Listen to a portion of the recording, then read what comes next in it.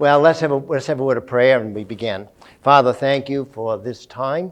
Thank you for those who are here, for their interest, for their backgrounds, for the things and ideas that they bring to discussion, and for the subject that's before us. Father, we pray that it's not just information, but factual things. They will cause us to think. And at the end, we pray that this will make some contribution to our being conformed to the image of your only begotten Son, Jesus Christ. For it's in his name we pray with thanksgiving. Amen. Now, a word at the beginning. Since I've just started speaking, it could only be at the beginning. And that is the title. It's a suggested title, and I've accepted it. But the word that I have some concern about, it's the word successful. So if you came thinking that I am going to guarantee success in what you try to do apologetically or evangelistically, that will not be my objective. And now I think there's nothing wrong with the word, but whenever we say successful, at least in the West, we have an idea of what success means. And I'm not sure that that's always the same sort of thing that the Bible would say is success. So just a word about that. So I'm hoping it would be successful, but we're talking about how to encounter people with or for the gospel. And it is the role of affections. Richard Weaver once wrote in his seminal work called Ideas Have Consequences, written in 1948. He wrote, "We do not undertake to reason about anything until we have been drawn to it by affective interest." That is, affective, we're drawn to it because we think it's meaningful to us. So when I use the word, and I will use the word sentiment, it is similar to the word affection. If I would say, what are your sentiments? In this context, I would be asking you, what things are important to you? See, that's what I mean. What things are important to us? And Weaver said that we don't begin to reason about something until we first see that it's important to us. Now, I think that makes perfect sense. I mean, who wants to sit through a lecture on astrophysicists if you have no interest in it? It's pretty hard to get engaged. I don't mean maritally, I mean engaged in the content. And so careful about words. And I think that's very true. And many times as Christians, I don't think we've given a lot of attention to this. This is what you need to know, and I'm here to tell you, and, well, just to be unkind about it, shut up and listen. And so a person is thinking while they're sitting there, why am I listening to this? I have no interest in it. So we're going to begin with that thought. C.S. Lewis tells us that imagination is the organ of meaning, but that the organ of truth is reason.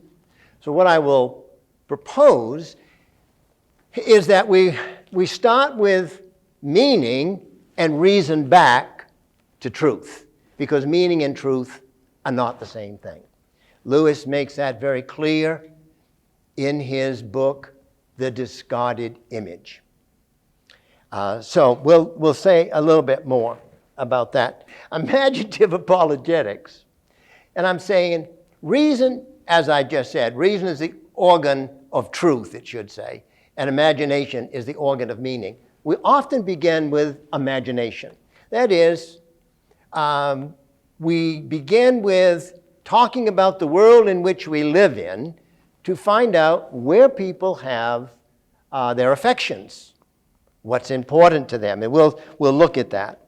Every person that we deal with, we know that there are certain core of interest to all of humanity, although they tend to be expressed differently. I think Christians ought to have the best understanding of humanity as anybody. What things do people, in a sense, long for? What things do people think are important?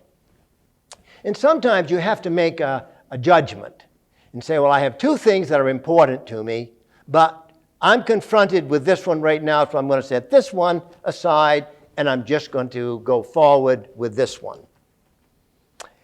So these are what I've said, we'll call them sentiments or affections, which simply reveal the things that are important to me.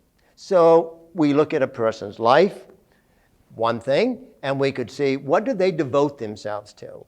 And it's probably they devote themselves to those things because those are the things that are important to them. Now, we could go down and say, well, they're important to them because they make them happy, they make them rich. Yes, that's right. But those are the particulars. I'm just interested in what do they think is important. Now, the why question is a question that everybody asks. You're driving down the highway, and you see an accident in the other lane going in the opposite direction. Now, what's the first thing you start trying to figure out? How did that happen? I wonder who's to blame. How could a car that was traveling in the northbound lane now be heading south? What are we looking for? Meaning. We want meaning. And most of us, though we have varying degrees of interest in that, it is the question that is, I think, just simply intuitive to all of us. Those of you who've had small children, well, even if you had adult children, they were small children at one time. So I do understand the progression here. Now, if you think about that, what are some of the first questions children ask? What are the kind of questions that drive parents just a little bonkers?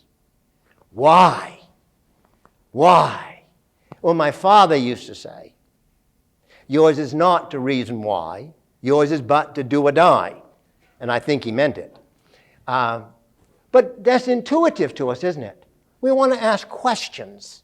And there are also the why questions, what questions, when questions. Why?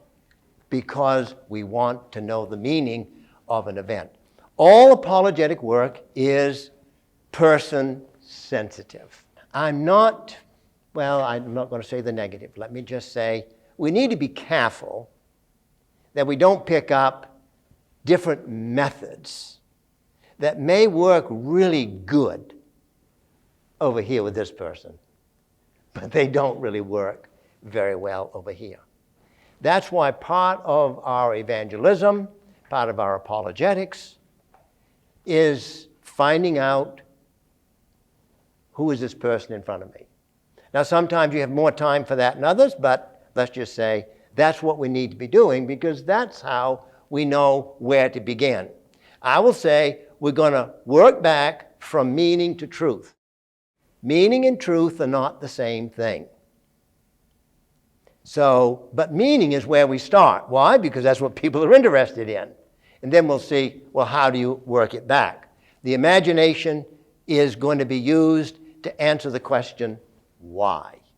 Why is the world the way it is? Why isn't the world different? Why are people this way? Why is it that some people are really nice and some people are not so nice? So then we begin to build sort of as what we'd say, this is an overused word, but a worldview. We'd say, well, here's a way to explain why this and why that. And as you begin to get a larger as people talk about Elijah's story. There are certain core desires, I think, within all of humanity, although they get expressed differently. So if you think about, I would imagine that for all of you here, unless somebody put a gun to your head, this subject is important to you. So that tells me something about you. This is important, or you wouldn't be here, because you have other things that you could do. The why question is always associated to one's affections. Remember, Weaver says, we do not begin to reason about things that we have not been effectively moved by. Lewis says we don't cut down jungles, but we ought to be irrigating deserts. That is, where the way they've been answering the meaning question, the why question, really isn't getting them ahead very far. So rather than trying to tell them why they're wrong about everything, let us begin to tell them about another possibility or another way of thinking things. So, as I said, we work backwards from meaning to truth. So let's just say I am talking to somebody and they're saying, well, how do you explain that there's good people, that is, they do good things, and the other hand, there are some people who do very evil things. How can that come out of the same humanity?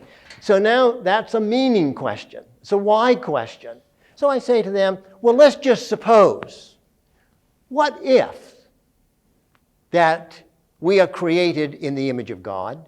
I'm not saying you say exactly this, but I'm just giving you an example. And supposing that mankind was made for the garden, he wasn't made for the grave. Just supposing that something happened to mankind. And though he is made in the image of God and he's very noble, on the other hand, because he's a fallen creature, he can also be very sinful. Now, all I've said is, let's suppose that would explain your question of why. Now you see the next step would be, if it goes anywhere, would be, okay, is this explanation I've just given, now we're going to push it to see if there's any truth in it, okay? But I didn't start there. I started with meaning. So the question, if the question is not asked, then we create the why question. And we can talk about that. As I said, imagination is used. It paints a picture to give meaning to life. I grew up on a farm, and many nights when we would get out of it was a dairy farm, but we'd get out of the hayfield late at night, and we're milking cows to 10:30, 12 o'clock at night. That's why I'm no longer a farmer, just a philosopher. And some people think they do the same thing.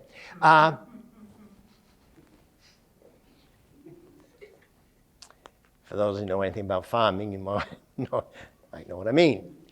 And so we would be out in the barn milking, and we had milking machines, so that was one good thing. But I can remember my mom saying, boys, because I had an older brother, boys, God will reward you for this in heaven. Now, my mother was not a Christian at the time.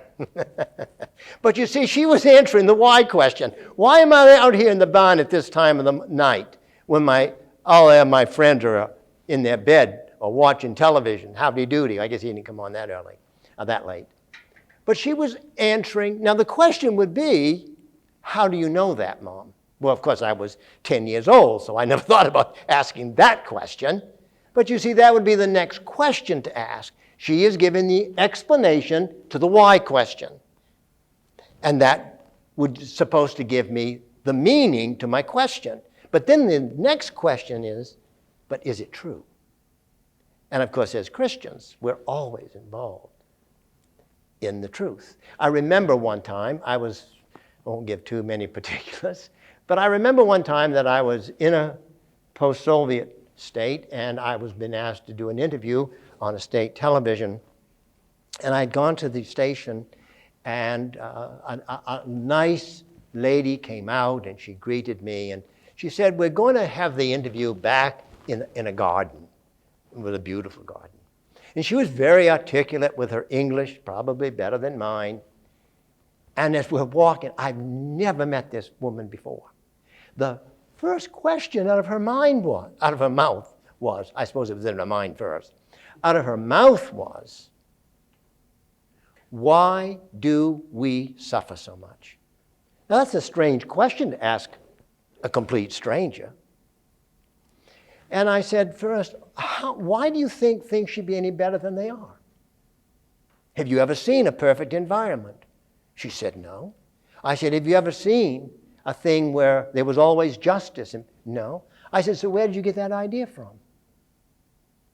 And she was stunned. She hadn't thought about that. And so I said, is it possible that mankind was not made for trouble, but that it was made for a garden? Because here we are walking out to this beautiful garden. And guess what? There's now a conversation to be had. There's a conversation to be had. Now we're going to work back from meaning to truth. Now, I think we will see this in the Bible. Of course, we can just about find anything in the Bible that we want to support what we want to say. So I searched through the Bible and I found these three. Three examples that appeal to imagination for meaning. Now, the first one, and these are ones that I'm quite certain you will know, is in John 4:7. And you remember, it's the story of the Samaritan woman who comes to Jesus. She's at the water. She's getting water at Jacob's well. They're in Shechem Valley, and Jesus is resting, and the disciples have gone in to get food. And this Samaritan lady comes, and she's about to bring water up from Jacob's well, which is very deep. And she's got to get water, I guess, for the camels. And Jesus says to her, he begins a conversation with her, but the conversation he begins with is not her need of salvation, but water. Now, why is water important to her? Well, because she's got a pail in her hand, and she's come to fetch water. And so Jesus is going to ask her, he says, give me to drink. That immediately raises a what kind of a question in the Samaritan woman? Do you remember the story? She says, what? Why you, being a Jew, would ask a drink of me? That was important to her, because if you know the history, the Jews and the Samaritans weren't on the best or the friendliest of terms. So she's going to ask, this is the why question. Why are you asking me this? And this is going to set up the framework. We're not real good at doing this as Christians, because we're just so certain that we've got all the answers. And I know we do. Well, we don't have all of them, but maybe you do. I just haven't turned that corner yet. But the fact is, yes, we do believe we have the truth, and that's not being arrogant. But sometimes all we want to do is tell people how much we know. And we don't know if they have any interest in it or not. Now, we think they should because it's such a great story. But, well, it just may not be that important to them. So he says, give me a drink. She says she wants to know why. What's the meaning of this? What an interesting thing. What is the meaning of this? You're a Jew and I'm a Samaritan. And then you see what he does is he engages in that conversation. And as the conversation goes, first she says, I know that you are, a Jew. And she gets down to find out, you are the prophet. And he's just worked all, as he's been inquiring of her. And then when he gets down to the point, he's now going to give her the explanation, almost in a backdoor way. He tells her about her past. not to condemn her. He tells her about her past just to let her know that he knows. And that's when she says, remember she goes into town and she says what? Come and hear this man who has told me all things about herself. And then she says, this is the prophet. Now here's a way. Now, you haven't done all the work, of course, but you have got to a point where you can now have a serious conversation. Of course, we know how the story goes on. But this is how, in one case, we see the why question comes up. And you know, it finally comes down to where Jesus says, okay, I'll give you living water. And she doesn't really understand even at that point. So there's more information that has to come. But now you see, we're working back to the truth of the claim, not just answering the why question. In Acts 17, we have a different situation. And if you remember, this is where Paul is on Mars Hill, and he's been walking about Mars Hill, and he notices that there is a tomb to the unknown God. And eventually they get into conversation, and he says, oh, you know, I've been walking around here, and I see that you're a very religious people. He didn't condemn them for their idolatry. He just said, I see you're very religious people. And he says, I've noticed that you have I don't know why, I want to call it the tomb of the unknown soldier. I don't know why that is sticking with me. I guess I've been watching too much history. He says, I've noticed that you have an altar to the unknown God. And now he is going to tell them. They don't ask the why question. He just knows there is a why question. That is, they don't have all the answers. So in order just to make up, to fill out, to make sure they've covered all their bases, they have a God you just don't know. So Paul knows this is important to them. That's their affections. That's their sentiments. They're very concerned about what lies ahead. And he said, I'm going to give you some information. I will proclaim to you the unknown God. And people, what do they say? Oh, they don't say, get out of here. What are you talking about? Because he knew from looking at the altar, this was important to them. Because it's important to them, he can now go from meaning and work back to the truth. So he says, he answers the question, because that's what their gods are all about. They're trying to find answers to the why question. And one of the why questions they have is, why is the world the way it is? Why is the world the way it is? What is the meaning of all of this? And Paul is saying, in essence, well, I am going to give you information. And so he starts with their concern, that is, of things that are important to them. Now, when you look at an unbeliever, have you ever thought, not in a judgmental way, but have you ever thought to yourself, I wonder what's important to this person? Well, that would be very interesting to figure out what's important to this person. Because, remember, we only want to reason about things that have effectively moved us. What's the meaning of all of this? They listen because it's important to them. The meaning is associated with what people think is important. So he's going to give them meaning. And so we know the story, how he tells the story about the God, this God that he's going to talk about. This God doesn't need gifts. This is the God who created the whole world. So he's painting them a framework. Suppose, in a sense, I'm not saying that Paul said, suppose this is true. but I was trying to point out how you do this. And he's thinking, suppose this is the answer. Suppose this is the answer to the question that's inscribed on the altar of the unknown God. So I'm going to give it to you. And then as he moves his way through, he finally gets to what? He gets to the resurrection. And I think it's interesting to point out, you realize that he had Epicureans and Stoics in front of him. They're philosophers. If he would have said that this God gave immortality, they would have had no problem with that. We're sometimes thinking, I don't want to use words that people might feel a little offended by.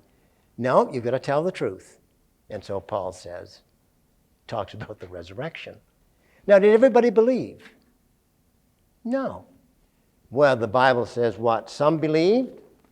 Dionysius the Hyperionic. So we have some who believe something totally different, and they scoff what Paul says, and yet others did what? Others said, maybe we should listen to this man another time. Don't have quite enough information. Let's listen to him another time. And then others actually what? They actually believed.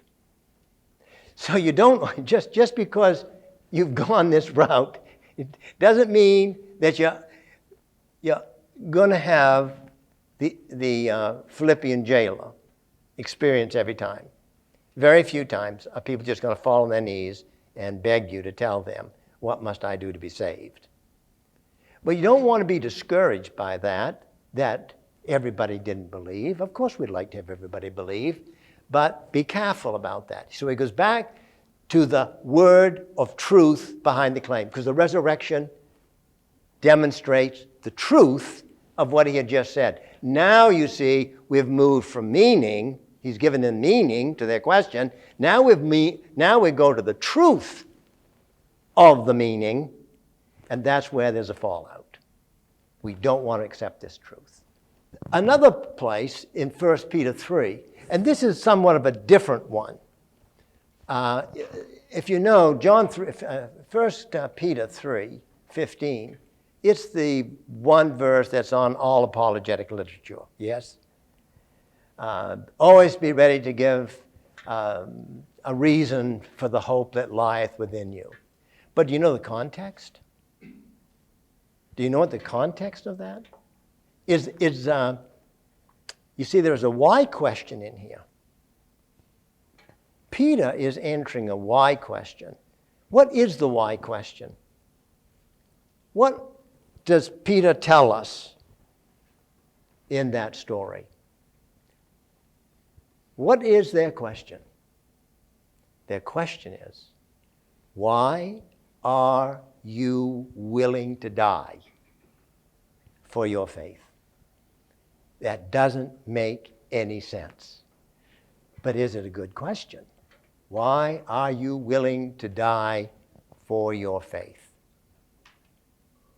And Peter is going to give an answer. Now that may alert us to something.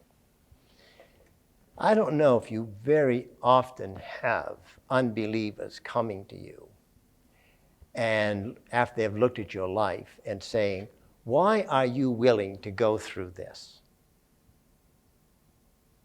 That's what raised, in this case, it's the lifestyle that raises the question. I'm not sure our lifestyles often raise many questions with the unbeliever. And saying, why are you willing? Because at least in the West, and I don't want to put everybody in that bucket, but the Western world has tried so hard to look like the world so that the world might listen to them. But you see, then that question, the why question, never comes. The question of, why are you willing to die? We don't have to worry about the dying aspect. Well, I suppose it may come. So the unbeliever says, why are you living this way? I've often thought that difficulty and the whole issue of evil is really a great way into talking about the gospel, if done properly. But this is a question of people and how they lived. So what is the meaning of this? Why are you living this way? We always talk about truth incarnated. There's not much of it going on today, I'm sorry to say, at least in the evangelical world in the West. They don't see a real difference between the world and ourselves. So they work back from the meaning. Why are you willing? See, that they're interested in this. And why are they interested in this? Well, because remember this, the affections, the sentiments. And their sentiments are quite contrary to the sentiments of the Christians. What's important to the Christian is living faithfully to Christ. What's important to the unbeliever is saving your life at all cost. But it's raised the why question. And the why question, it's a meaning question. They just can't figure out, why would you be willing to live this way? I was listening to a young preacher a number of years ago in a post-Soviet state. And it was he was a great preacher. Just a young lad. Of course, anybody under 60, for me, is a young lad, if it's a male. And I said to this friend, I said, who is this guy? Oh, he said his dad was a pastor under communism. And I'm thinking, in the West, we would think, we need to protect our children. Don't go into the ministry, because you know, if you go into the ministry, this might happen to you. And here was a young man who saw his dad not come home Sunday nights after church. And when he did come home, it is evident that he had been beaten. And yet, this young lad, what did he want to do?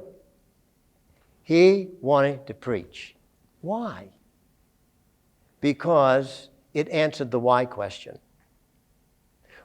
Why is my dad doing this? It's because he teaches this. But why would he be beaten for this?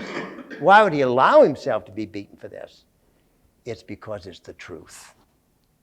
Because it's the truth.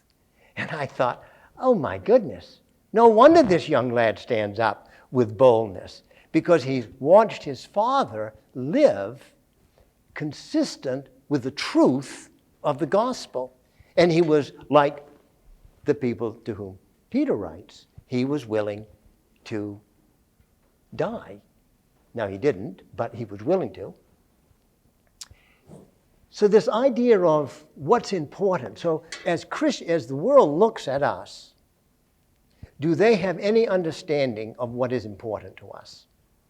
Can they tell by the way we live what's important to us? Well, if they can't, you see, they're never going to ask the why question of the Christian. So, and it's just one thing. Listen, this is not a how to do things. This is just putting some suggestions out there for you to think about, to say, oh, you know, maybe there's something here. I don't care for a whole lot of methodologies. I'm just thinking here about how do we engage in a natural way with the unbeliever.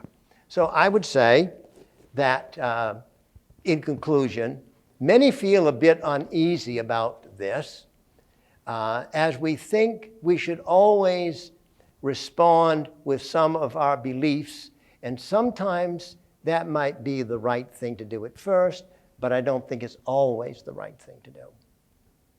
Sometimes we search for the why question, and then we try to give an answer from our Christian worldview. As I lectured in universities and still do,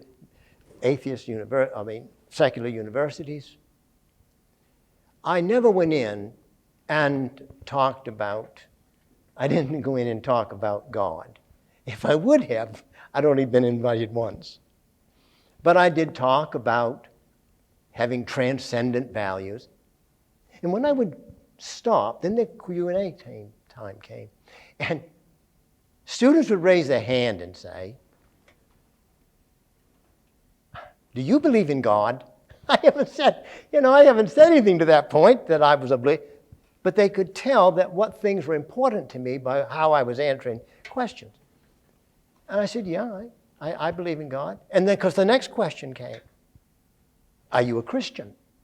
And here I am with faculty sitting down here.